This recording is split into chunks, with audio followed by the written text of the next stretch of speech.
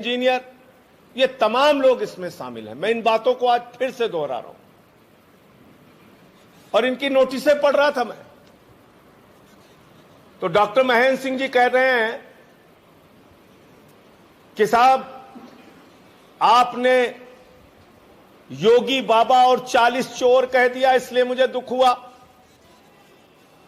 जो सरकार ऑक्सीमीटर का घोटाला करे, जो सरकार थर्मोमीटर का घोटाला करे, जो सरकार बच्चों के 8 लाख के वेंटिलेटर को 22 लाख में खरीदे, जो सरकार बच्चों के मिड डे मील का पैसा खा जाए, जो सरकार बच्चों के सरकारी स्कूल का पैसा खा जाए, जो सरकार 12,000 का ऑक्सीजन सिलेंडर 55,000 में खरीदे, जो सरकार 9 करोड़ रुपए कस्तूरबा में बच्चियों के खाने का पैसा डकार जाए, उसमें तो 40 नहीं कई 100 अधिकारी शामिल होंगे। मैंने तो सिर्फ अली बाबा और 40 चोर कहा।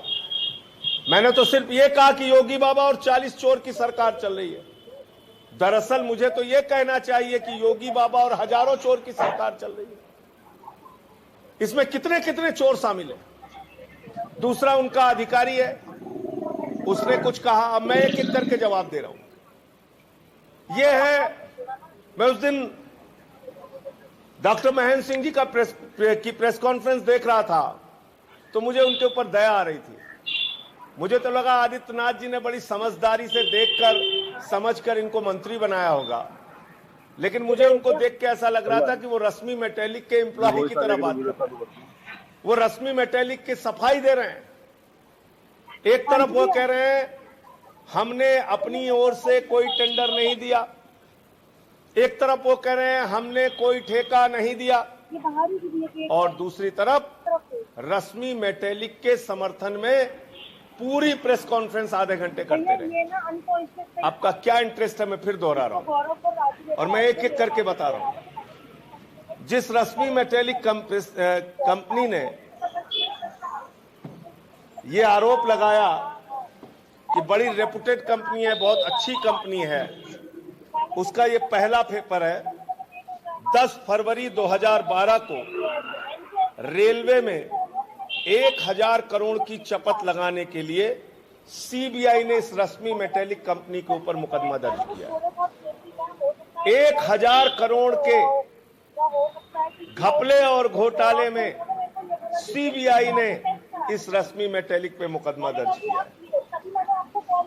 दूसरा कागज ये है, रश्मि मेटेलिक के ऊपर 30 करोड़ की चोरी में, कर चोरी में 18 जनवरी 2013 को मुकदमा दर्ज हुआ है।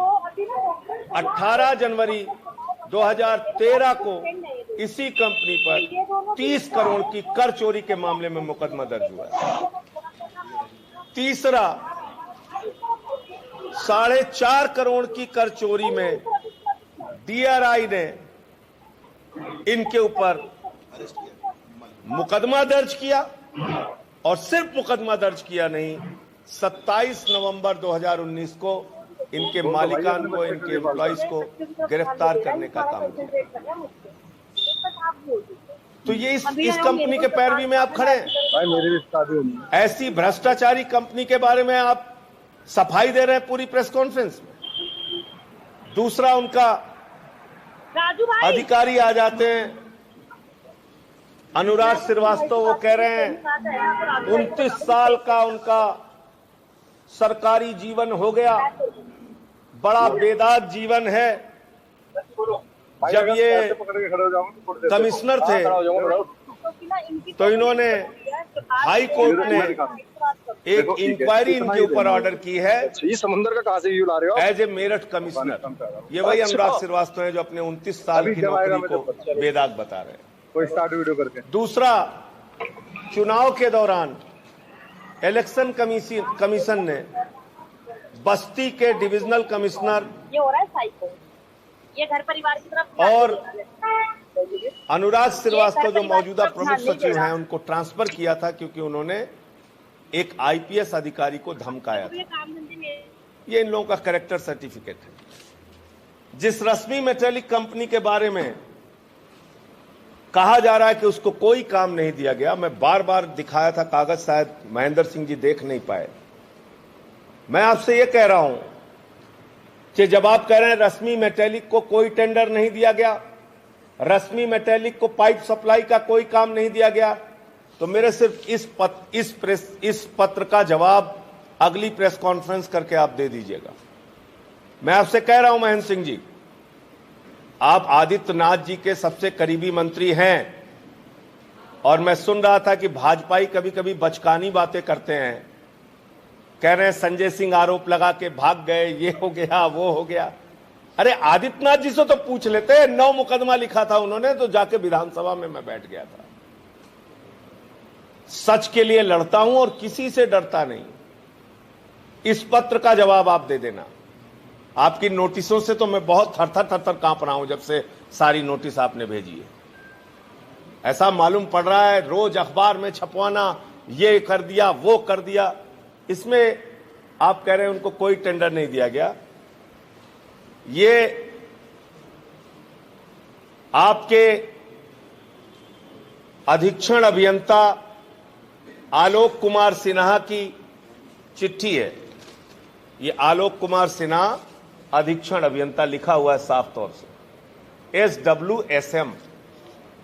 ये SWSM जल जीवन मिशन योजना के अधीक्षण अभियंता का हस्ताक्षर है। ये पत्र है 10 अप्रैल 2021 का, 10 अप्रैल 2021 का। ये चिट्ठी है परियोजना प्रबंधक SCL SMC JV, इस कंपनी को चिट्ठी लिखा गया है और इसमें लिखा गया है, दी गई विशिष्टियों के अंतर्गत रश्मि मेटेलिक्स लिमिटेड से आपूर्ति हेतु गुणवत्ता आश्वासन नियोजन क्वालिटी एश्योरेंस प्लान का अनुमोदन चाहा गया है। उक्त के दृष्टिगत परियोजना प्रबंधक महोबा के कार्यालय पत्रांक इतना के साथ संलग्न QAP का निम्नलिखित शर्तों के अधीन अनुमोदन किया जाता है। तो जब आपने पाइप सप्लाई का कोई टेंडर नहीं किया, जब आपने कोई ठेका रश्मि मेटेलिक को दिया नहीं, तो रश्मि मेटेलिक के बारे में आप बैठकर प्रेस कॉन्फ्रेंस में सफाई क्यों दे रहे थे डॉक्टर महेंद्र सिंह जी? और ये आपके ही विभाग का अधिकारी, इसने क्यों लिखा कि रश्मि मेटेलिक के लिए QAP जारी की जाए? इसने क्यों लिखा कि उससे पाइप सप्लाई लिया जाए? इसने क्यों लिखा रश्मि मेटेलिक के लिए कि इससे सामान खरीदे जाएं?